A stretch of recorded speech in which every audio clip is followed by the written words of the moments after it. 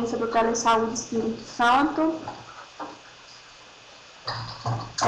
Queria desde já agradecer a participação de vocês, lembrando que é muito importante que vocês forneçam as informações profissionais aqui nesse quadro direito inferior da tela, né?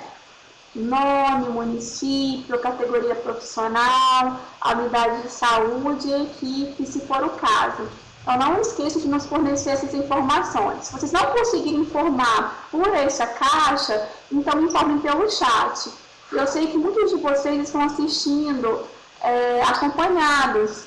Então, é importante que essas informações sejam dadas de todas as pessoas que estão assistindo, né? Independente da categoria profissional, ok? Então, eu preciso dessas informações de todos, né? Para que a gente continue tendo esse controle, a gente possa melhorar cada vez mais os nossos serviços aqui do Telesaúde.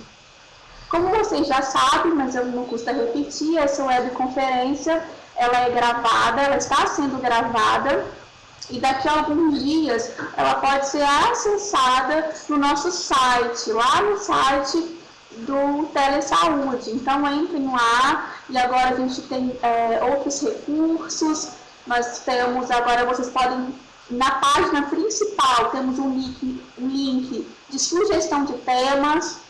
Então, aproveitem esses recursos e utilizem. As webconferências estão todas classificadas por áreas. Então, nós temos as webconferências da saúde do trabalhador, da saúde mental, da saúde da criança e do adolescente. Então, desse jeito, ficou muito mais fácil o acesso, né, das webconferências. Gostaria também agora de divulgar, não sei se vocês já estão sabendo, se vocês receberam um e-mail, que nós vamos iniciar o curso de feridas, tanto para nível técnico quanto para nível superior, né? Enfermeiros, médicos e auxiliares e técnicos de enfermagem. Então, nós estamos com as inscrições abertas, o curso tem previsão de iniciar no início de junho agora. Então, divulguem para os outros colegas. Se vocês estiverem interessados, vão lá no site, lá tem todas as informações, o edital completo sobre esse curso, ok? Nós temos também outro canal de comunicação, que é a teleconsultoria, então as dúvidas também podem ser sanadas por lá. Hoje, a nossa webconferência é intitulada Exposição a Materiais Biológicos. Essa webconferência, ela foi uma sugestão, surgiu a partir de uma sugestão de um profissional de saúde. Então, por isso que eu sempre falo que é muito importante também que vocês nos apresentem as demandas de vocês. Quais os temas que vocês querem que sejam trabalhados, que estão aí fazendo parte do processo de trabalho de vocês. Então, enviem esses temas para a gente agora através do site, né, que à medida do possível nós vamos agendando as webconferências a cada mês. Então, essa web de hoje, ela foi uma demanda de um profissional de saúde. Agora não estou me recordando qual foi o município, eu não sei nem se a pessoa que está nos assistindo hoje, espero que sim, né? Então, gostaria de desde já também agradecer a nossa palestrante, que é a Liliane Graça Santana. A Liliane, ela é chefe do Núcleo Especial de Vigilância em Saúde do Trabalhador e coordenadora do Centro Estadual de Referência em Saúde do Trabalhador, o CEREST. Então, é um prazer tê-la aqui conosco, Liliane. A gente sabe como que sua agenda é super, né, cheia, tendo vários compromissos, mas não poderia ser outra pessoa, né, a falar sobre esse tema, já que a Liliane é especialista nessa temática. Então, a gente agradece demais essa sua disponibilidade. Tenho certeza que será uma ótima explanação. Nós vamos aproveitar bastante. Espero que vocês aí que estejam nos assistindo também aproveitem bastante. Enviem as dúvidas, as sugestões, experiências, né? Tudo através do chat. A Liliane fará essa explanação e depois, ao final, nós vamos ter um tempo aí para tirar as dúvidas e compartilhar as experiências de uma forma geral. Tá ok? Então, eu passo a palavra para a Liliane para que ela possa iniciar a webconferência.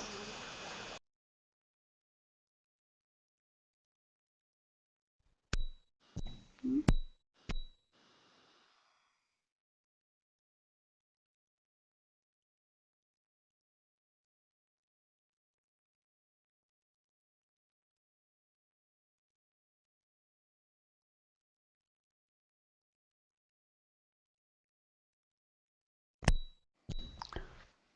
boa tarde a todos. Queria agradecer inicialmente a Karina e ao pessoal do Telesaúde pela oportunidade. Nós temos muito interesse em estar presente nesses eventos, de discutir a saúde do trabalhador e agora com a temática de exposição material biológico para trabalhadores de saúde. Verifiquei também que tem alguns colegas de Serestes aí, né, de outros estados participando. Sejam bem-vindos. Minha formação, eu sou enfermeira do trabalho, estou hoje coordenando o Sereste, o Núcleo Especial de Vigilância e Saúde do Trabalhador. E o recorte que eu vou fazer sobre a exposição material biológico, não sou especialista em tudo, mas assim, o recorte que a gente vai fazer é em cima de prevenção de acidentes de trabalho e as condutas pós-exposição, e sempre lembrando que o acidente de trabalho ele não pode ser visto como uma fatalidade. O acidente de trabalho, quando causa lesão corporal e morte, ele é um crime. Então, a abordagem, o foco vai ser em discutir também as questões legais que envolvem os acidentes de trabalho, que tem que deixar de ser visto como algo banal e que acontece todos os dias e naturalizado. Então, há pedidos, né, dos profissionais da área, discutir então esse tema, exposição a material biológico. Eu fiz uma divisão dessa temática, inicialmente por os aspectos históricos, falando um pouquinho dos riscos no setor saúde, no geral, e depois eu vou focar no risco com material biológico, que é o foco da nossa palestra hoje. Bom, a preocupação com os profissionais de saúde, ela começa mais na década de 70, quando começou-se a discutir a proteção dos pesquisadores, que a partir do momento que desenvolviam seus projetos, estavam se contaminando, estavam ocorrendo danos à sua saúde. Então, começou-se uma discussão pela modificação em material genético, toda essa exposição dos pesquisadores, começou-se a discutir algumas medidas de prevenção e proteção a esses pesquisadores. Na década de 80, a gente teve um aumento do número de AIDS, na verdade foi considerado uma epidemia da AIDS, e aí os profissionais da área de saúde, de segurança, o Ministério da Saúde começou a discutir, então, algumas medidas de prevenção, de precaução, para serem adotadas por esses profissionais. Então, estabeleceu e revisou algumas precauções universais, que hoje é chamado de precauções padrão, para dizer que tem que se ter um modo específico para se lidar com os agentes de riscos presentes no ambiente de trabalho, e que toda vez que agirmos, temos de agir de uma maneira padrão, né, para todos os pacientes, independente do diagnóstico que eles tenham. Mais tarde, incorporou-se então a discussão dos riscos biológicos, outros riscos, porque na saúde o que predomina, o que as pessoas mais verificam é a presença do agente biológico. Mas existem outros riscos tão importantes quanto, que são os riscos químicos, os riscos físicos, dentro dos riscos físicos, as radiações ionizantes, o ruído, o calor, temos os riscos ergonômicos e os riscos de acidentes. E posteriormente também, começou-se a utilizar um termo muito específico ao se falar em riscos e atividades que envolviam organismos vivos. Foi o termo biossegurança. Então, toda vez que se falava em segurança de setores que envolviam atividades com organismos vivos, começou-se a denominar biossegurança. E o biossegurança não é um termo para dizer que eu vou ter segurança ou medidas preventivas só para agentes biológicos. Ele contempla todos os riscos que a gente já viu, que é de biológicos, químicos e físicos. Então, é um termo muito mais abrangente. E a biossegurança é, então, um conjunto de ações voltadas para prevenção, minimização ou eliminação de risco. São medidas que vamos ter que adotar para controlar, eliminar ou controlar esses riscos. E o que seria, então, situações de riscos, fatores de risco?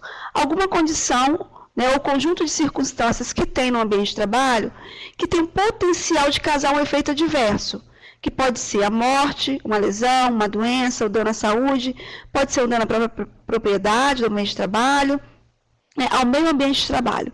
Então, a situação de risco, ela pode ser controlada, já que a gente entende que é algo que tem no ambiente que pode causar um dano.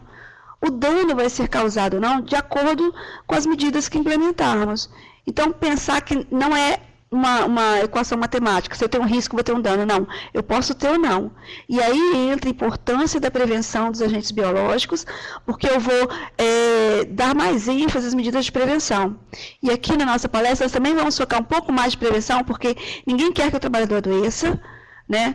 Então, tem que centrar realmente medidas na prevenção, no pré-exposição. Então, só para a gente entender qual o raciocínio que a gente tem que ter quando a gente se vê diante de um agente de risco, sempre que possível o risco ele deve ser eliminado. A gente geralmente adota medidas para minimizar, né, para controlar o risco, mas ele tem que ser eliminado. Se não puder ser eliminado, aí sim nós vamos pensar em como minimizar, como conviver com aquela situação de risco sem que essa situação cause dano ao trabalhador. E aí vem um raciocínio lógico, uma cadeia, né, de transmissão que deve ser quebrado o mais precocemente possível. Então, sempre que eu tiver um risco, seja ele um agente biológico ou um agente físico, eu vou tentar fazer uma intervenção na fonte. Eu tenho como isolar, eliminar, isolar esse risco? Se não tiver, eu posso pensar em estratégias para impedir que esse agente ele chegue até o trabalhador. Por exemplo, alguma medida que eu vá adotar na trajetória desse risco. Então, por exemplo, um exemplo da área de saúde seria radiação ionizante. Então, quando o operador do raio-x vai para trás de um biombo, ele está se protegendo, ele está quebrando a trajetória do risco e se preservando. E se não for possível eliminar o risco, minimizar, nós temos que adotar medidas no trabalhador, que é a última alternativa que a gente tem que adotar. Muitas pessoas, muitos profissionais, inclusive da área de saúde e segurança, adotam o chamado equipamento de proteção individual como a primeira medida, mas não é. É a última medida a ser adotada. Eu vou mostrar que isso também tem um respaldo legal. Então, a gente vai sempre pensar na possibilidade de eliminação desse risco para os trabalhadores. Aqui é um quadro grande, só para mostrar a quantidade de agentes de riscos que existem no ambiente de trabalho. Então, eles são classificados em 5 grandes grupos, um chamado de riscos físicos, tem radiação, vibração, radiação ionizante e outros. Outros com os riscos químicos, que são todos os agentes na sua forma sólida, líquido, gasosa, que podem causar danos aos trabalhadores. Temos os riscos biológicos, os riscos ergonômicos ligados à organização do trabalho, à produtividade, à imposição de metas, a posturas, exigência de ritmo no ambiente de trabalho, e os riscos de acidentes, que vão contemplar todas as possibilidades de acidente, desde o arranjo físico inadequado, um piso que está molhado, uma ferramenta que está inadequada. Bom, só para mostrar que a gente precisa conhecer todos os riscos que estão ao redor do trabalhador, que estão no meio ambiente de trabalho, mas hoje a gente vai focar, então, nesse grupo 3, que são os agentes biológicos, para poder fazer uma discussão mais detalhada. Bom, exposição a agentes biológicos. Eu utilizei aqui alguns manuais, trouxe alguns manuais que já foram publicados, alguns já foram revisados. Trouxe aqui o Manual de Condutas de Exposição Ocupacional a Material Biológico, Hepatite C, HIV, Doenças Relacionadas ao Trabalho, o Manual de Procedimentos para o Serviço de Saúde, que tem todas as doenças relacionadas ao trabalho, inclusive tem um capítulo só sobre a exposição a material biológico, um instrumento muito importante para consulta.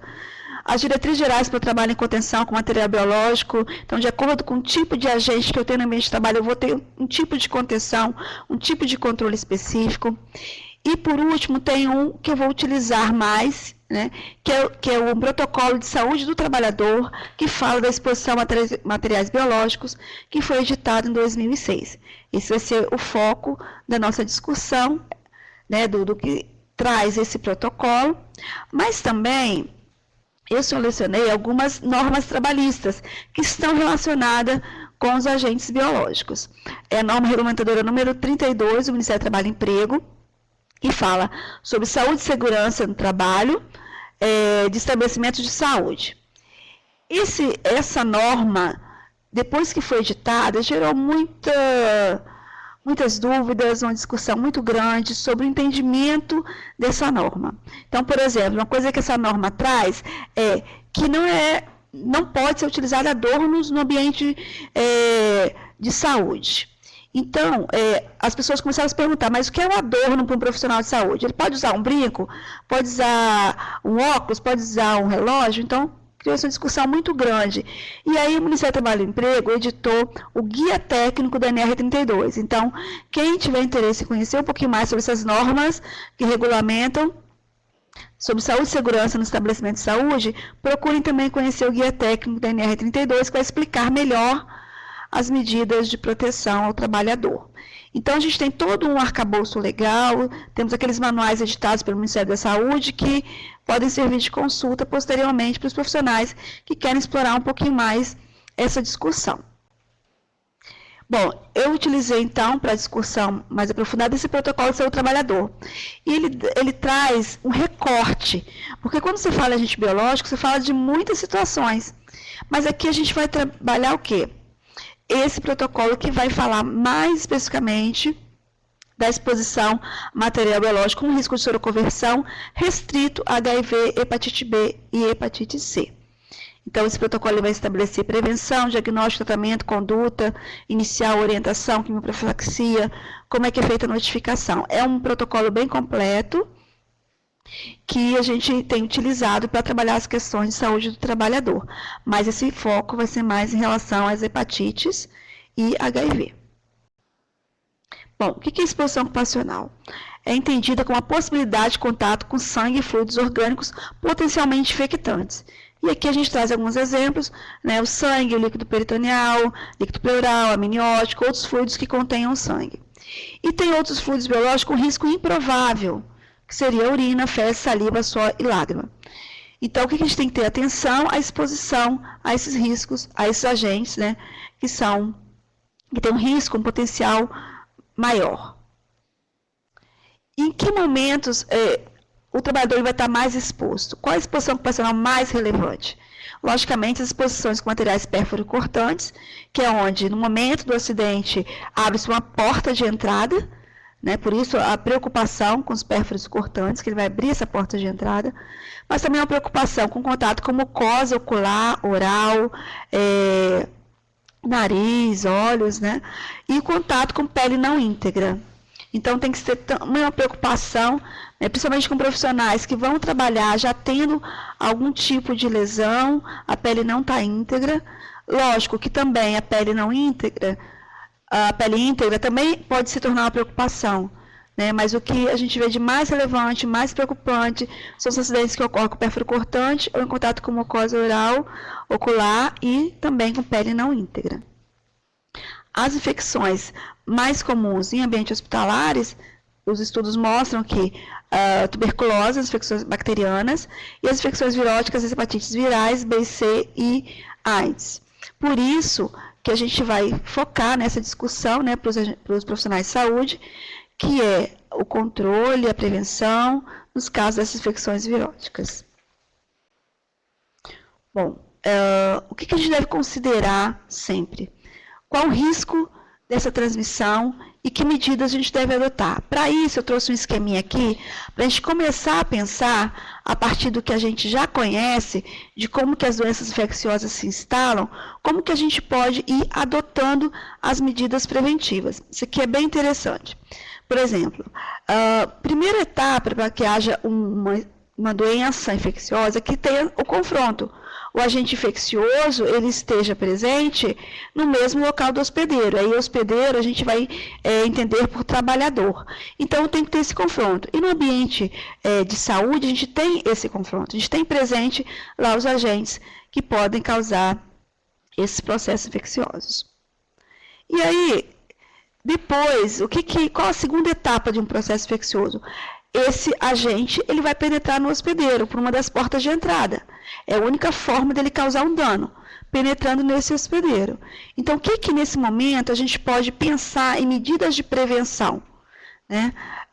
A gente pode pensar em utilizar todas as formas de prevenção, desde eliminar os agentes dos instrumentos, do material que é utilizado, fazer uma boa lavagem de mãos e, principalmente, obstruir, né, as portas de entrada. Então, ele não vai ter por onde entrar se você tiver uma pele íntegra, protegida, se você não tiver um assistente com pérfuro cortante, se você tiver com uma máscara, se você tiver com óculos de proteção, se você tiver com uma luva. Impede ou dificulta a penetração desse agente. Então, entender esse processo vai desencadeando também uma ideia de como a gente pode estar adotando essas medidas. Então, se eu não consigo impedir o confronto desse agente infeccioso com esse hospedeiro, se eu não consigo impedir a entrada desse agente, né, no corpo do trabalhador, o que vai acontecer? Uma disseminação. Esse agente que penetrou por uma das portas de entrada, ele vai se propagar. E aí a gente vai pensar o que a gente pode fazer. E aí entra aquela velha medida, né, que a gente conhece, que é muito falado, que é a quimioprofilaxia. Algumas pessoas chamam de coquetel, mas assim, é agir a partir do momento que eu tenho um agente que penetrou no corpo do trabalhador, eu tenho que ter alguma ação, e uma ação rápida, né, porque esse agente ele vai se disseminar pelo corpo do trabalhador. Então, por isso que quando a gente fala em quimioprofilaxia, de entrar com algumas medicações para o trabalhador, essa medicação tem que ser administrada o mais rápido possível. A gente vai ver o tempo melhor para entrar com essa medicação. Mas só para vocês entenderem como que a gente pode implementar medidas, entendendo como que esse processo infeccioso se instala. E aí, se eu não conseguir evitar o confronto, se eu não conseguir proteger as portas de entrada, se eu não conseguir impedir a disseminação, esse agente ele vai se multiplicar no hospedeiro, vai causar uma lesão, né? Porque o agente ele vai responder a essa agressão, e o resultado disso pode ser a vitória do agente infeccioso, né? Ou pode o hospedeiro também sair vitorioso, conseguir impedir que essa infecção se propague, ou ambos aprendem a coexistir. É aquele portador são, que tem o agente, mas ele ainda não manifesta a doença. Então, a gente pode ter vários resultados. Só que a gente não quer chegar nessa situação de depender dessa possibilidade de como o organismo vai reagir. A gente tem que impedir as portas, o confronto, a entrada e a disseminação desse agente pelo organismo. Bom, e como eu devo fazer esse controle quando eu estou diante de um agente infeccioso? Primeiro, profilaxia pré-exposição, é o que a gente vai falar agora. Todas as formas de prevenção. E depois a profilaxia pós-exposição, que é qual a conduta que eu vou ter quando o acidente já ocorreu. A gente vai falar, então, da prevenção que eu considero o mais importante, né? E a gente vai começar com o que a gente chamou, que a gente já comentou lá no início, de precauções padrão. Bom, o que é precauções padrão? Medidas adotadas para atendimento de todos os pacientes ou usuários, sendo assintomáticos ou sintomáticos, e mesmo não conhecendo o diagnóstico. Nesse ponto, o profissional de saúde ele tem adotado algumas posturas, né, que a gente ainda vê sendo adotadas, de acreditar que existem grupos de risco. Só vou me proteger se ele for, por exemplo, usuário de droga, se ele for um trabalhador do sexo, se ele for homossexual. Isso não existe. Isso era uma discussão que se tinha lá atrás, isso não procede. Então, a gente tem que ter um procedimento padrão, porque as pessoas não vêm com sinal luminoso dizendo o que ela tem. Ela pode ir na unidade, fazer um procedimento, uma vacinação. Não tem um diagnóstico, ela pode ser portadora de algum vírus, e o usuário ele não tem que primeiro que dizer o que ele tem, e nem o profissional de saúde tem que esperar que você tenha um diagnóstico fechado para adotar as medidas de prevenção. Por isso que se chama precaução padrão. Você vai atender todos os usuários, pacientes da mesma forma, com o mesmo cuidado. Isso é prevenção. Só voltando aqui nessa questão da precaução, a gente tem que acompanhar hoje, em relação, por exemplo, ao vírus HIV, as pesquisas, elas mostram que não há esse grupo de risco. Então, olhando as pesquisas, a gente vê que crianças não adolescentes, estão muito expostos, pesquisas mostrando que mulheres casadas tem aumentado o número entre as mulheres casadas, AIDS, idosos. Então, a gente vem acompanhando as pesquisas e vê que esses grupos têm sido atingidos. Por isso, a gente tem que tirar essa ideia de que eu vou adotar medida a partir do momento que eu sei o diagnóstico de quem eu estou atendendo. Bom, e outras precauções, o isolamento, né, quando você sabe que você tem que ter uma precaução com aerosóis, com gotículas ou alguma precaução de contato. Lavagem das mãos, importantíssimo, a gente vai falar um pouco mais sobre isso. E os usos de equipamento de proteção individual, luvas, máscaras, botas, óculos, avental e outros equipamentos que vão proteger o trabalhador. Bom, em relação ao equipamento de proteção individual, nós temos uma norma regulamentadora que é do Ministério do Trabalho e Emprego, que nos ajuda a entender em que momento a gente vai usar o EPI. A empresa ela é obrigada a fornecer aos empregados gratuitamente o equipamento de proteção individual. E ele vai ser adequado a risco, em perfeito estado de conservação e de funcionamento. Mas quando que ela tem que dar?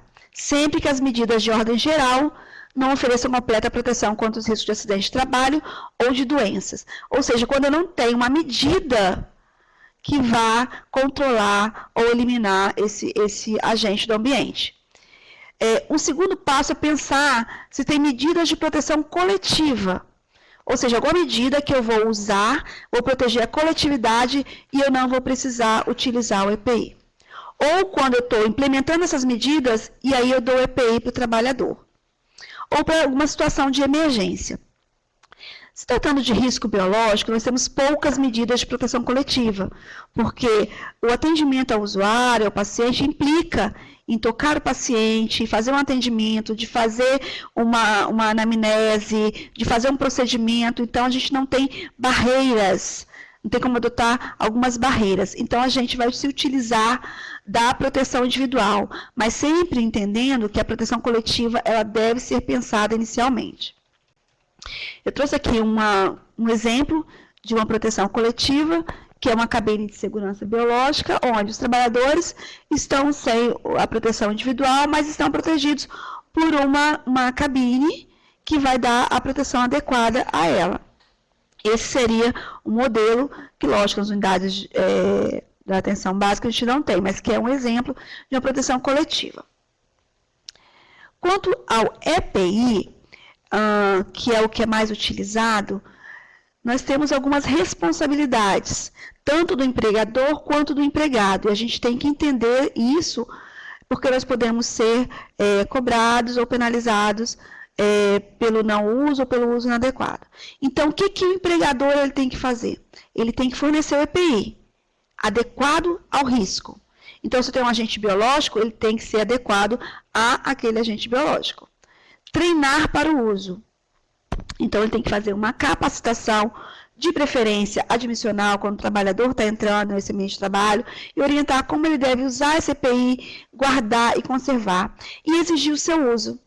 Muitas vezes a gente ouve o empregador falando, mas eu dou e não usa. O exigir o uso faz parte da responsabilidade do empregador, que ele tem que dizer que a norma da instituição é a utilização do EPI, dá importância a esse equipamento. Ele deve substituir sempre que extraviado ou danificado. E comunicar algumas irregularidades ao Ministério do Trabalho e Emprego. Todo equipamento de proteção individual ele é testado antes de ser colocado no mercado. E ao ser testado, ele recebe um número, que é um certificado de aprovação. E a gente, ao identificar esse número gravado nos EPIs, nos equipamentos, a gente pode consultar no site do Ministério do Trabalho e Emprego se esse equipamento está válido, se o lote dele não está vencido, a gente tem como consultar. E o empregador, então, tem que comunicar alguma irregularidade. E responsabilizar-se por manter e higienizar também o EPI, quando esse equipamento ele não for descartável, ele tem que ser responsável por higienizar. E o trabalhador, ele vai usar o EPI apenas para o que se destina. Então, utilizar de acordo com o que é preconizado. Responsabilizar-se pela guarda e conservação. É um equipamento que é dado sob sua guarda, que está sob sua guarda. Comunicar alterações impróprias para o uso e cumprir as determinações do empregador quanto ao uso. Se a gente tem responsabilidades, a gente tem também penalidades ou sanções pelo não cumprimento. essa norma do Ministério do Trabalho, ela traz essas responsabilidades, e a norma número 1 do Ministério, ela traz também as penalidades. Então, o empregador, ele pode ser penalizado por não cumprir essas obrigações, e o empregado, ele constitui um ato faltoso o não uso do EPI e não cumprir as ordens de serviço estabelecidas pelo empregador, né? O que pode ocorrer, então, advertências, né, trabalhador, suspensões e outras medidas administrativas. O importante, lógico, se o trabalhador, às vezes ele não usa pelo desconforto, então tem que comunicar isso ao trabalhador, ao empregador, para que seja feita uma alteração, uma modificação desse EPI. Ou às vezes ele não sabe nem como usar o EPI. E aí o empregador tem que se responsabilizar pelo treinamento, tem que fazer uma capacitação para o uso. O EPI, nós temos as máscaras descartáveis na maioria das situações de trabalho, e temos o respirador, chamado N95 ou PFF2, no caso, por exemplo, da tuberculose, que os trabalhadores conhecem muito como bico de pato, que é o que a gente vai utilizar para situações onde há uma possibilidade de dano maior. No caso da tuberculose, a gente trouxe aqui, que é utilizado essa máscara. Quanto aos calçados, existem os sapatos de segurança normais para áreas que não são de área de saúde. Existem as botas, muito utilizadas no serviço de saúde para limpeza hospitalar e áreas contaminadas. E nós temos o sapato fechado para o profissional de saúde. A norma 32 do Ministério do Trabalho e Emprego, ela traz de forma muito clara que o sapato ele deve ser fechado. E aí ela explica um pouco o que é esse sapato fechado. É um sapato que vai cobrir totalmente, né, o dorso, o peito do pé, né, como é chamado, as laterais. Então, o que às vezes a gente chama de sapato fechado não é considerado pela norma um sapato fechado, porque não tem essas características de cobrir todo o pé. As luvas, né, que vão ser utilizadas sempre que tem possibilidade de contato com sangue, fluidos corpóreos, mucosas ou pele não íntegras, chamando a atenção de que, às vezes, os profissionais mais da área de higienização se utilizam desse tipo de luvas de procedimento para fazer a limpeza, que não é adequada. Nós temos outros tipos de luva que vai evitar a exposição, o contato com agentes químicos. Então, essa luva é para procedimento, é para agentes biológicos. Utilizar o avental em situações com grande perigo de exposição a sangue. E utilizar óculos, né, também em procedimentos invasivos, que no caso, o que está apresentado aí não é o correto. A gente tem os óculos, chamado óculos de proteção, para exposição a sangue. Tá? Bom, aqui mostrando uma tabela que tem um dos manuais, existe uma tabela com os procedimentos e o que deve ser utilizado quando o profissional executa esse atendimento. Eu não vou me deter nessa tabela, mas o que eu queria chamar a atenção é para a primeira coluna, lavar as mãos.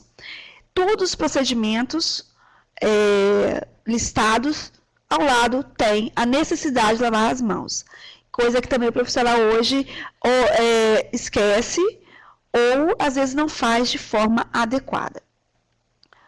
Então, tem todo um procedimento, né, para a lavagem das mãos, que a gente aprende, né, os profissionais de saúde aprendem a fazer a lavagem das mãos, contemplando todos os passos interdigitais, tá? E o que eu queria chamar a atenção é que o uso de luvas, ela não substitui a lavagem das mãos. Então, a gente tem visto algumas situações bem complicadas, uma que eu considero até algo criminoso, de profissionais que se utilizam de várias luvas, e a partir do momento que ele vai fazendo o procedimento, ele tira a luva e usa outra em outro paciente sem lavar as mãos. Então, isso, com certeza, instituição nenhuma ensina, né? Ensina que tem que lavar antes do contato, depois do contato com o paciente, né? E o uso de luvas ela não vai substituir nem o álcool gel, né? Então, sempre tentar priorizar a lavagem das mãos em todas as situações. A norma número 32, que vai falar sobre a saúde e segurança dos estabelecimentos hospitalares, diz que todo local onde exista possibilidade de exposição a agente biológico deve ter lavatório exclusivo para a higiene das mãos, provido de água corrente, sabonete líquido, toalha descartável e lixeira provida de sistema de abertura sem contato manual. Diz também que as torneiras também não devem ter contato manual. Essa mesma norma diz que o trabalhador não pode acionar, abrir uma torneira com as mãos. Tá? Importante também dizer que tem que ser exclusivo para a higiene das mãos e não lavar outro tipo de material, que é o que às vezes ocorre. Bom, essa norma 32 também, ela nos orienta que trabalhadores com feridas ou lesões nos membros superiores só podem iniciar suas atividades após uma avaliação médica, com emissão de documento de liberação para o trabalho. Porque aí você está numa situação onde o trabalhador já tem uma porta de entrada, tem uma pele não íntegra, e ele vai trabalhar. Então, tem que ter todo um cuidado de verificar se esse trabalhador tem condições de fazer aquele trabalho, que às vezes expõe, né, aos agentes biológicos, naquela condição, como uma ferida, uma lesão na mão. Né, nos membros superiores, não só a mão, né, nos membros superiores. Algumas medidas que o empregador ele deve proibir. A utilização de pias de trabalho para fins diversos do previsto, a gente já comentou isso. Fumar, manusear lentes de contato no posto de trabalho. Consumo de alimentos e bebidas nos postos de trabalho, isso ainda é muito comum. E a guarda de alimentos locais não destinados para esse fim. Ainda deve proibir o uso de adornos nos postos de trabalho. E aí, gente, adorno, hoje, ele no guia técnico da NR32, ele vai trazer um elenco do que é considerado adorno. Então, aliança, anéis, pulseiras, relógios de uso pessoal, colares, brochas, brincos, piercings postos, também são considerados adornos. E ainda, crachás pendurados, então aquele cordão do crachá não é indicado o uso, e gravatas também, não é indicado o uso. Isso é muito polêmico, há uma discussão muito grande em relação a isso, de profissionais da área médica, infectologistas, mas a norma, ela traz essa orientação de não uso de adorno nos postos de trabalho, aí, entendendo o adorno, todos esses elementos. E o uso de calçado aberto, que eu já falei, o que é considerado um calçado aberto, que expõe o calcanhar, o dorso, né, o peito de pé e os laterais do pé. Vários estudos demonstram que o maior risco dos trabalhadores da área de saúde é o acidente com material pérfuro cortante, que vai expor os profissionais a micro-organismos patogênicos, sendo a hepatite B a doença de maior incidência entre esses trabalhadores, e a enfermagem é a categoria mais atingida. Então, vários estudos já têm demonstrado essa correlação. Então, o material pérfuro cortante é um capítulo à parte que a gente tem que trabalhar quando a gente discute a exposição a material biológico, porque muitos acidentes decorrem do manuseio desse material pérfuro cortante. Vamos ver algumas situações. Primeiro, proibido o reencape e a desconexão manual das agulhas. Tem que ser descartado todo o material, você não vai desconectar a seringa de agulha. E hoje, depois eu vou falar um pouquinho mais, que já tem previsto alguns materiais que já têm dispositivo de segurança, que pedem, né, o trabalhador de ter contato da mão com a agulha. Mas os locais que ainda utilizam agulhas e seringa, é proibido o reencape e a desconexão manual desse material. Uma coisa importante também, a gente vê profissionais saindo, às vezes, da faculdade ou saindo de cursos técnicos, que tem a prática de pescar. Né? Para quem não sabe, ir tateando com a seringa e com a agulha, a capinha da agulha, e fecha depois que encaixa a agulha na capinha, ele vai e coloca a mão para ajustar essa capinha na agulha, e nesse momento, isso já tem estudos mostrando, ocorre um acidente de trabalho. Então, por isso, que o que antes era uma recomendação do Ministério da Saúde, hoje o Ministério do Trabalho coloca como uma proibição, tamanho, os índices, o número de acidentes que ocorrem por essa prática de reencape. Quem utiliza o pérfuro cortante é quem deve descartar. A gente vê ainda alguns setores que os profissionais da área de saúde que manuseiam o pérfuro cortante, eles deixam, às vezes, os coletores cheios, às vezes até com dificuldade para se fechar, e um auxiliar de serviços gerais, alguém da limpeza, vai para fechar esse material. Não, o cuidado, vamos dizer assim, a responsabilidade de descarte é de quem vai utilizar. A máxima atenção durante a realização dos procedimentos, não utilizar agulhas para fixar papéis, comum às vezes um acidente que um auxiliar serviços gerais vai passar um pano no chão, vai torcer o pano, tem uma agulha. Já aconteceu isso durante os meus atendimentos. Foi uma agulha, estava no chão, perto de um painel, que estava fixando os papéis com a agulha. Mas como que você vai garantir que realmente aquela agulha caiu daquele painel? Você vai fazer o procedimento com aquele profissional, você vai ter que investir na pesquisa, nos exames, acompanhar esse trabalhador durante um tempo, porque foi um acidente com material pérfuro cortante em um posto. Então, não utilizar agulhas para outros fins, ter um cuidado no recolhimento desse material. Mas em hospitais, a gente verifica muitas vezes agulha espetada no colchão, pendurada no suporte de soro, então tem que se ter todo o descarte imediato desse material. Todo material pérfuro cortante deve ser desprezado em recipiente resistente à perfuração. E aí a gente vai falar um pouquinho desse material que, ao meu ver, tem causado também muitos acidentes pelo uso indevido, inadequado desse material. Aqui é um coletor para pérfuro cortante, que todos conhecem com certeza, que é utilizado em locais onde se tem um manuseio do pérfuro cortante. Primeiro, a questão a ser destacada é a própria montagem dessa caixa. Já identifiquei muitas situações que o profissional ele desconhece como monta. É dado para ele montar, ele às vezes olha a instrução e não é fácil. Não é fácil. Então, orientar sobre a montagem desse material é muito importante, porque parece uma coisa simples. É um coletor, ele vai colocar na unidade de saúde para coletar o material. Não é fácil a montagem, tem que ter tudo colocado, tem as fases, tem o material, que é um papelão que vai dar mais reforço à caixa. Se ele for colocado em local errado, ele pode causar um acidente. E o outro item desse que não é respeitado na maioria das vezes é a caixa, ele tem uma linha pontilhada, que vai indicar onde que é o limite do preenchimento, que tem que preencher 2/3 da caixa. Frequentemente essas caixas estão cheias. E aí o profissional, ao desprezar o material, ele se perfura porque a caixa está acima do preenchimento, que é de segurança, que é de 2/3 desse preenchimento.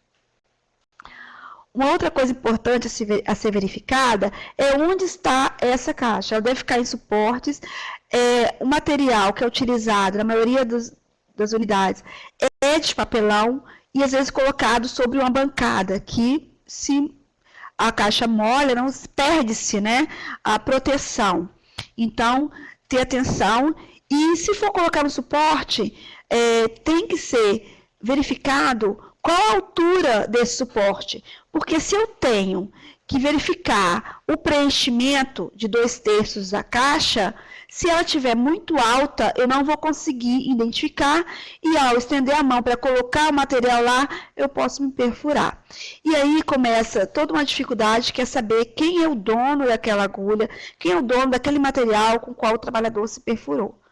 Então, são cuidados pequenos que o empregador deve se antecipar, que é de verificar o local de preenchimento, verificar se as pessoas sabem montar esse material, que não é algo tão simples, e capacitá-los para o uso. Sobre a prevenção de acidentes ainda, tem toda uma discussão, não vou me aprofundar porque extenso, teve uma evolução, tem várias portarias, mas assim, inicialmente o Ministério do Trabalho e Emprego editou uma portaria dizendo, isso em 2008, que em 2010 todos os locais deveriam utilizar materiais com dispositivo de segurança que impedissem a perfuração. E isso não ocorreu, porque o mercado ele não se adaptou e ainda hoje esses materiais com dispositivo de segurança são extremamente caros em relação ao que é utilizado hoje, que é a seringa e a agulha.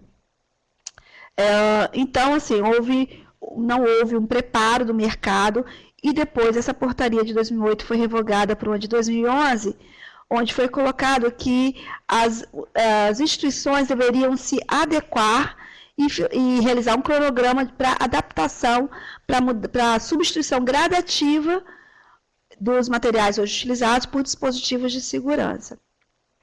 Uma coisa importante também para quem vai comprar esses dispositivos é que a empresa que produz ou comercializa, ela deve disponibilizar também a capacitação. Então, é algo que o empregador pode se utilizar de quem ele compra esse material, que forneça capacitação para os seus trabalhadores. Quanto tempo tem? Jura? Nossa. Bom, a vacinação, que é colocada como obrigatória, é a hepatite B, a difteria e tétano, que é a dupla. No mínimo, essas vacinas. Bom, quando o acidente ocorre, se tiver um acidente, uma exposição bacteriológica, eu tenho algumas condutas a serem adotadas.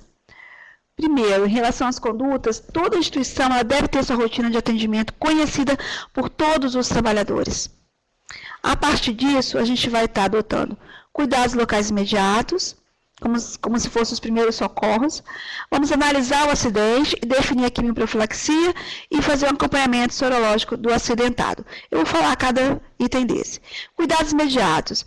Caiu sangue no olho, né, que seriam as mucosas. O que eu faço? Lavar abundantemente com água ou soro fisiológico o que eu tiver no momento, que eu tiver perto. Exposição percutânea, foi acidente pérfuro cortante. Eu vou lavar com água e sabão. O que eu não posso fazer? Agredir mais a área lesada, com alguns procedimentos que não dão resultado. Então, as pessoas vão, comprimem, espremem, fazem cortes. Isso não resolve, agride mais a área lesada. Não utilizar substâncias agressivas. Hipoclorito, éter, álcool, outra substância muito comum, colocar álcool, alguma outra substância. Alguns materiais não vão ser agressivos, outros são extremamente agressivos, como hipoclorito, o próprio álcool, né, e o éter. E aí eu vou passar para a parte de fazer uma avaliação desse acidente. Então, já tomei todos os cuidados imediatos, já lavei a área exposta, e eu vou agora analisar o acidente. Então, quem é responsável pela rotina, a instituição tem que saber quem vai fazer esse procedimento de análise, vai interrogar o trabalhador e perguntar como é que foi esse acidente e vai perguntar se tem uma fonte conhecida ou desconhecida. Ou seja, você conhece o paciente, o usuário com o qual você se furou, ou foi uma fonte desconhecida, foi uma agulha que estava num coletor pérfuro cortante. É importante saber isso, porque isso vai definir muito o procedimento a ser adotado. E aí nós temos alguns testes rápidos já no mercado e em utilização em vários serviços, que é o teste rápido para HIV, hepatite B e hepatite C. Eu vou falar aqui a conduta no teste rápido do HIV, que como a gente vai proceder. Esse teste rápido para HIV, em torno de 15 minutos, você já sabe o resultado. E para que ele serve? Ele serve simplesmente para indicar o uso de medicação quimioprofilática no acidentado.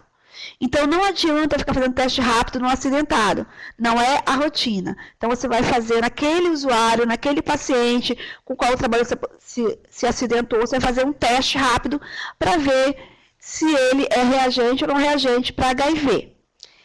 E aí, de acordo com o resultado do teste, eu vou adotar minha conduta de quimioprofilaxia ou não, no período ideal de até 2 horas após o acidente. Então, esse teste rápido, ele vai ser feito, aí você tem no mercado, que pode ser feito com sangue total, ou até o próprio soro. Você vai colher, então, essa amostra do paciente, vai esperar esses 15 minutos, vai fazer a leitura. Então, aí vocês têm um teste que é positivo, com 2 traços, negativo com traço. O que der diferente disso, não tiver marcação de controle, você invalida o teste e faz outro. Então, sempre na parte que é controle, tem que marcar. Então, se o teste ele é reagente, ele é positivo, então eu vou iniciar uma quimioprofilaxia para esse trabalhador, né, que dá todo aquele chamado coquetel, né, para o trabalhador para impedir essa disseminação e que ele tenha realmente um dano. E aí eu vou encaminhar o paciente, fonte, para avaliação, não ambulatorial, é laboratorial, porque eu preciso ter, isso aí já entra uma questão legal, né? Também, no laboratorial, o resultado, não só para hepatites B e C, mas também para o HIV. Eu preciso ter esse resultado, porque o teste rápido, ele não é para servir como diagnóstico final, ele só vai indicar a quimioprofilaxia. Então, colher exames também do paciente fonte e acompanhar o trabalhador com exames laboratoriais e clínicos. Se o teste der negativo, você não vai iniciar a quimioprofilaxia, mas também vai verificar, né, o que o paciente fonte ele tem, fazer uma avaliação laboratorial e também acompanhar o trabalhador. E sempre que você inicia a quimioprofilaxia, ela deve depois ser reavaliada a partir dos exames laboratoriais do paciente fonte. Quando eu tenho um acidente que eu não conheço a fonte, que eu não tenho como testar a fonte, eu vou decidir a partir da análise da exposição, a gravidade do acidente, como foi essa exposição. A partir de estudos, os protocolos trazem algumas situações que demonstram um critério de maior gravidade.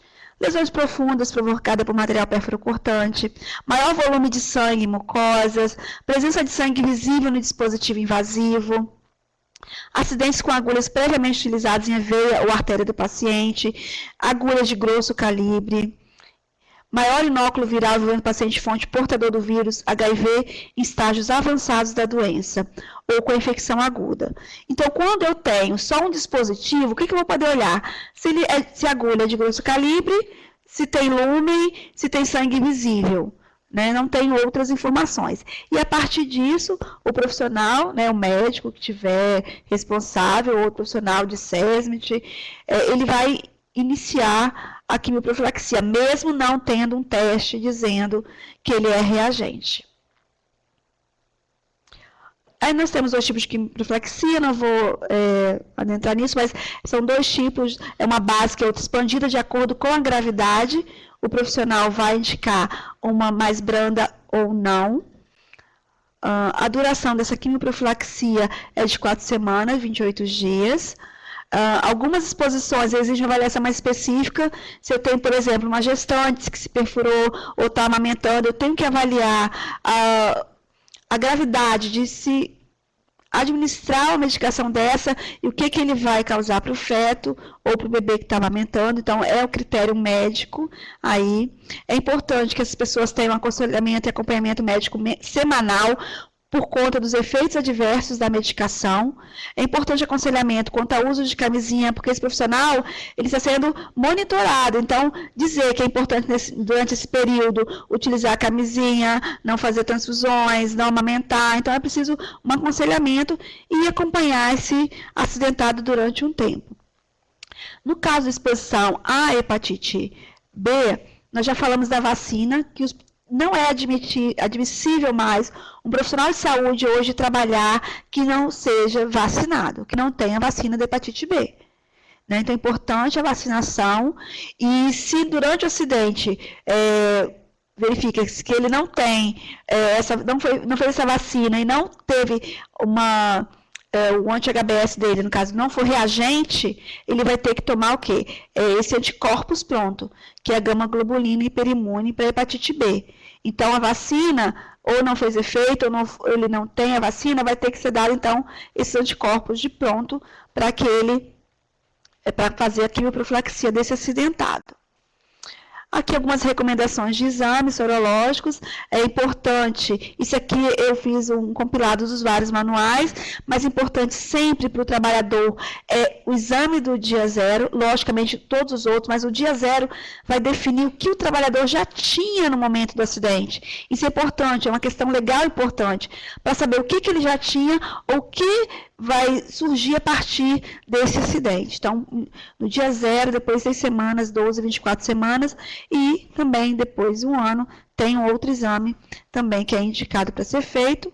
Aqui, alguns exames para o paciente fonte, né, recomendados, que se recolha o exame do paciente fonte, para se ter guardado também. é importante registrar o acidente.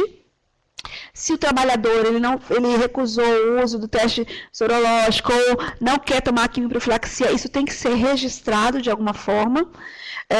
E como é um acidente, tem que fazer o registro do acidente pela comunicação do acidente de trabalho, se for um trabalhador com vínculo seletista, né, tem carteira assinada, no SINAM para todos os trabalhadores. Então, no SINAM, o acidente com material biológico é um acidente de notificação compulsória, obrigatória, tem que ser registrado.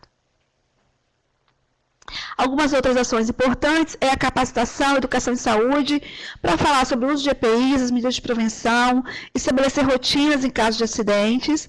Muitas vezes a gente vê que é falta de informação, quando ocorre o acidente, o trabalhador fica desnorteado e às vezes não tem uma rotina explicando como que isso deve ocorrer, como que é esse processo.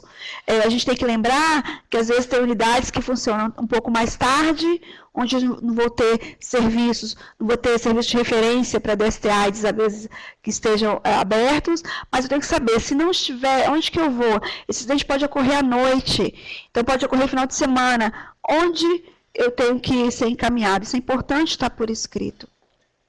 Controle de vacinação, exames ocupacionais, principalmente quando você for admitir um trabalhador, já admitir esse trabalhador vacinado, viabilizar todo o material necessário para prevenção e atendimento ao acidentado e também as medidas corretivas. São ações que o empregador deve inserir como rotina para a prevenção de acidentes de trabalho.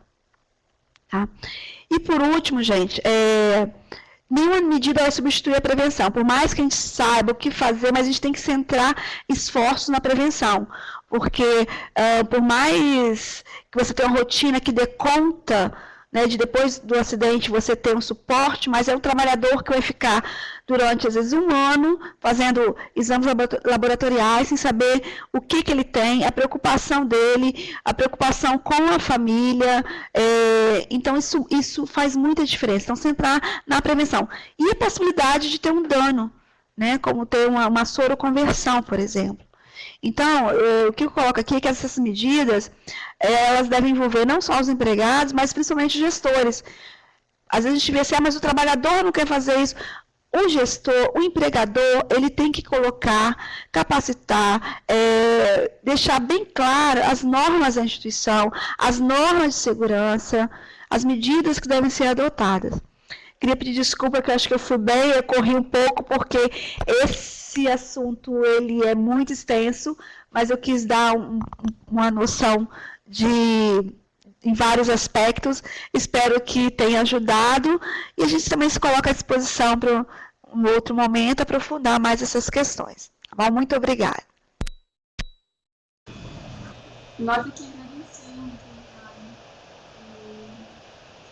bastante esclarecedora e bastante instruída. Nós temos algumas perguntas aqui, eu acho que dá um tempinho para nós respondermos, né? A primeira da Jane, uma pergunta: quais os suportes devem ser oferecidos ao acidentado? Por quanto tempo esse acidentado deve ser acompanhado? O suporte, ele começa primeiro com uma rotina bem estabelecida na instituição. Então, assim, você ter isso por escrito na unidade, ter uma pessoa ou pessoas que possam te atender o acidentado quando ocorre o acidente. Isso não pode ser uma coisa de improviso. Para onde eu vou levar? Vou ligar para quem? Porque vocês viram que, se necessária quimioprofilaxia, ela é indicada até 2 horas depois do acidente. Então, não tem tempos para improviso. Então, o primeiro suporte é que a instituição tenha isso, tenha os números dos centros de testagem e aconselhamento, CTAs, dos centros de referência da ST-AIDS, para onde encaminhar, quem vai fazer o acompanhamento. Então, todo esse suporte tem que ser dado, tem que ser identificado. E os protocolos, na maioria dos casos, dos protocolos, na verdade, né, que tem vários, eles colocam 6 meses de acompanhamento laboratorial. Mas existe um protocolo, que é o de 2001, que ele fala que existe uma probabilidade de soroconversão pelo HIV depois dos 6 meses, é 1%. Então, indica-se que depois dos 6 meses, que você fez todos os exames, repetir os exames para hepatite, HIV, as hepatites B e C, que você faça depois, 1 ano depois, pelo menos o HIV, que você repita esse exame. Essa é a recomendação, olhando como um todo os protocolos. Né? Então, que pelo menos 6 meses hepatites B, C e HIV sejam testados e com 1 ano o HIV. Eu acho que foi muito bem respondido, né, Jana? Outra pergunta foi da Valesca. Ela indaga quais as recomendações para a prevenção de acidentes envolvendo pérfuro-cortantes nas visitas domiciliares em que os profissionais algumas vezes fazem procedimentos em que utilizam esses instrumentos. Como fazer o descarte correto no domicílio? É uma coisa bem específica, valesca, desculpa.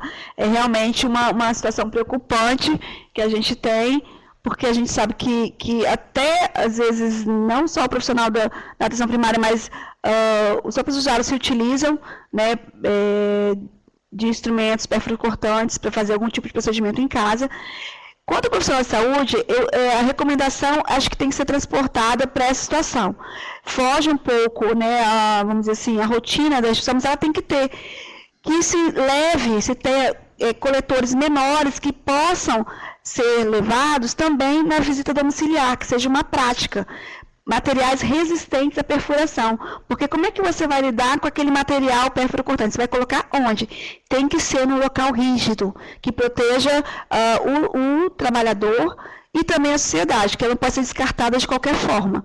Então, que os profissionais que vão fazer esse tipo de procedimento invasivo, eles tenham materiais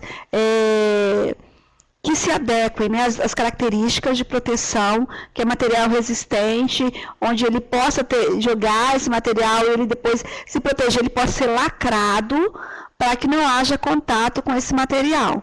Então, assim, são situações que são pouco pensadas, né, porque a maioria das situações que você encontra nesses manuais, eles se referem muito a quem está dentro da instituição, mas é uma coisa muito importante que você traz, que eu acho que essa forma pode ser resolvida dessa forma, levando, sim, tem coletores bem pequenos que podem ser levados nesses procedimentos, depois lacrados ao retornar. Mais alguma pergunta?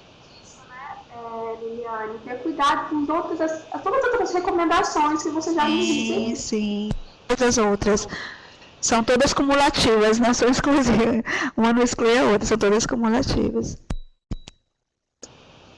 A Valesca coloca, mas observou algumas vezes o uso de potes plásticos para este fim. Está correto? Valesca, se você olhar o que é preconizado na norma, que seria um material adequado, a gente pode dizer que não está correto. Mas a gente tem o que é o ideal e às vezes o que é possível. Eu acho que o que é possível é você ter um material que não seja um pote, porque antigamente, antes dos coletores, nós utilizávamos potes. Eu recomendo que seja um coletor, com a estrutura de um coletor mesmo, pérfuro-cortante, só menor. Tem aqueles bem pequenos, que eu acho que pode ser utilizado. Vamos dizer assim, é uma saída improvisada, né, que os profissionais se utilizam, mas que não é mais adequada. Não considero correto esse tipo de utilização. Mas a gente sabe que vários profissionais se utilizam, mas ideal seria um coletor menor que pudesse ser utilizado nessas situações. Nós estávamos aqui discutindo exatamente isso aqui no chat, quer dizer, eu perguntei se na prática eles tinham alguma dificuldade de realizar esses procedimentos de prevenção, né, que você mencionou durante a videoconferência. Porque a gente sabe que, às vezes, em alguns lugares, tem dificuldade, às vezes, de estrutura, de materiais, então o que fazer? E aí a Jana, ela pergunta aqui, o que fazer, por exemplo, quando falta EPI, ou quando não tem um coletor adequado, né, eu estou acrescentando, ou quando não tem uma torneira que é automática, por exemplo, o que fazer? Bom, gente, uma coisa é certa, o empregador, ao abrir uma empresa, né, ou qualquer instituição, ela assume o risco da atividade, todos os riscos. E aí, o que a gente vê é que, geralmente, as instituições, elas não preveem essas medidas de saúde e segurança. Então, tudo parece que é um custo. Ah, é um gasto, eu tenho que comprar EPI, eu tenho que adaptar isso. Então, assim, não deve ser isso, porque é uma responsabilidade do empregador. E aí eu estou falando empregador, mesmo que sejam instituições públicas, né, do empregador, da empresa, da instituição, de ter todas as medidas. Isso não ocorrendo, o trabalhador, ele tem meios de organização, tanto dentro da própria empresa, você tem as comissões internas de prevenção de acidente, né, que a maioria dos locais não tem funcionado adequadamente, você tem outras formas também de denunciar as situações, né? Eu acho que acaba faltando um pouco de conhecimento dessas medidas e de entender que isso é uma obrigação. Né? E a gente vê também, muitas vezes, o trabalhador coagido porque, às vezes, fala o acidente foi culpa do empregado porque não prestou atenção. Ninguém quer se acidentar. Então, assim, por que não prestou atenção? Porque tinham muitos pacientes para serem cuidados, né? Uma rotina muito, muito extensa para ser cuidado. Então, você tem que se ter atenção a isso. Outros mecanismos que podem ser feitos são as denúncias. Quem é do município tem o Ministério Público Estadual, o Ministério Público do Trabalho também, todo dano coletivo, ele pode ser investigado pelo Ministério Público do Trabalho. Então, se você tem, não um caso particular, não é só o seu caso, mas é um caso que atinge vários trabalhadores, tem as formas de denunciar essa situação. Mas, lógico, que o ideal é que que o empregador adote essas medidas, que ele tenha ciência da sua responsabilidade, das obrigações dele e ele faça. Mas a gente sabe que na realidade não é assim. Então, você tem mecanismos internos, a partir da própria formação de trabalhadores, mas também de outros órgãos que podem auxiliar, órgãos de fiscalização, né, órgãos que vão verificar o meio ambiente de trabalho, como os ministérios públicos. Então, tem outras formas também. Algumas denúncias chegam também ao Sereste, a gente, ou quando não consegue fazer essa ação direta, a gente faz em parceria com o Ministério Público também. Então, são situações que devem ser denunciadas, são obrigações, porque o que está em risco é uma vida. Né? E como a gente já frisou, o acidente, quando causa lesão corporal e morte, ele é um crime. E aqui no Estado do Espírito Santo nós temos uma delegacia especializada em acidente de trabalho, que funciona junto à Polícia Civil, que quando é um óbito, automaticamente o delegado ele vai abrir um inquérito para apurar as responsabilidades. E aí, assim, de quem deu causa, do empregador ou de um profissional da área de saúde e segurança que não aplicou a medida que deveria aplicar. E quando é uma lesão corporal, e aí tem que ter representação, ou seja, o empregador tem que conhecer essa delegacia, tem que ir lá e dizer assim, eu vim aqui fazer uma representação contra o meu empregador, porque eu tive uma lesão durante o acidente de trabalho. Então, acho que a gente precisa também de muita informação, mas o importante é saber que o empregador ele tem que assumir essa atividade como algo prioritário e que não ver como custo. Quando pensar, eu vou ter uma instituição, eu vou abrir uma empresa, pensar que saúde e segurança é algo inerente à atividade dele, porque é inerente à preservação da saúde dos trabalhadores.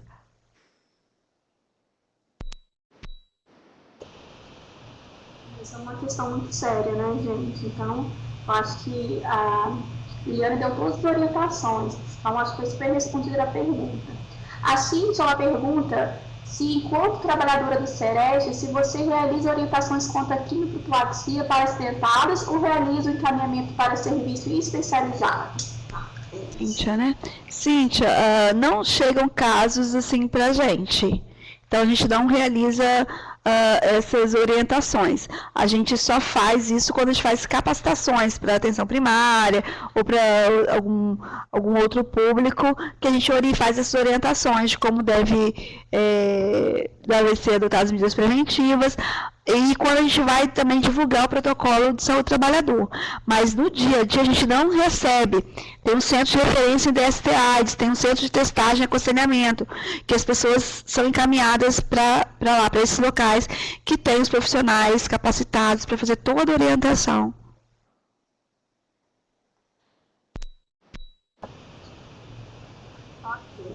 Liliane, você tem as referências, você poderia nos falar dessas referências de encaminhamento do trabalhador nas regiões de saúde? Não, mas Oi. Bom, no site da saúde você pode obter essas informações com os locais. Tem um link também do serviço do ST-AIDS, onde você pode ter informações sobre esses locais. Também tem as suas referências, é importante saber onde procurar, quem que tem esse material para quimioprofilaxia, tem todas as referências. Então, vai mudar de acordo com o município. Isso, ok. Então é importante ter essas informações para saber o fluxo, né, de encaminhamento, como proceder certinho. Liliane, você tem mais alguma consideração? Nossas perguntas acabaram. Eu espero, assim, acho que eu corri um pouquinho, né? Mas, assim, espero ter sido clara, de ter passado algumas informações importantes, assim, de dizer que a prevenção ela é extremamente importante, destacando a questão da vacinação, da informação, da capacitação, e dizer que a gente tem que ter um pouco mais de informação e questionar mesmo, né? Qual a rotina da instituição quando ocorre acidente. Eu acho que isso que eu queria deixar, porque realmente quando o acidente ocorre, o trabalhador, quando você não tem rotina, ele fica desesperado, fica preocupado, às vezes ele sabe do diagnóstico do paciente, ele fica mais preocupado ainda. Então a gente tem que ter rotinas para saber onde caminhar esse trabalhador, porque senão realmente fica uma situação muito complicada, porque é uma situação que requer uma certa urgência. Então, acho que esse é o meu recado, a gente entender um pouco mais. Eu coloquei na apresentação os manuais que podem servir de referência, o protocolo de saúde do trabalhador e outras normas trabalhistas também, que sempre têm que ser aplicadas. Mesmo as instituições públicas, subsidiariamente, a gente pode se utilizar dessas normas como parâmetros de medidas de prevenção.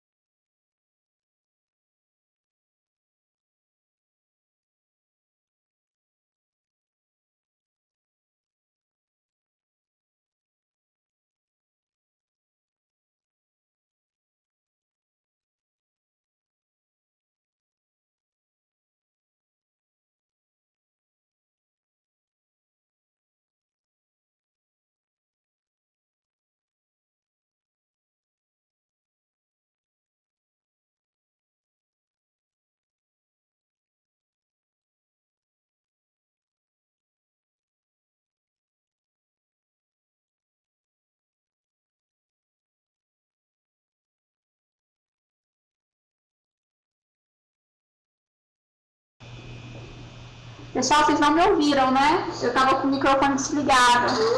Juro. Vocês ouviram até que parte, pessoal? Oi?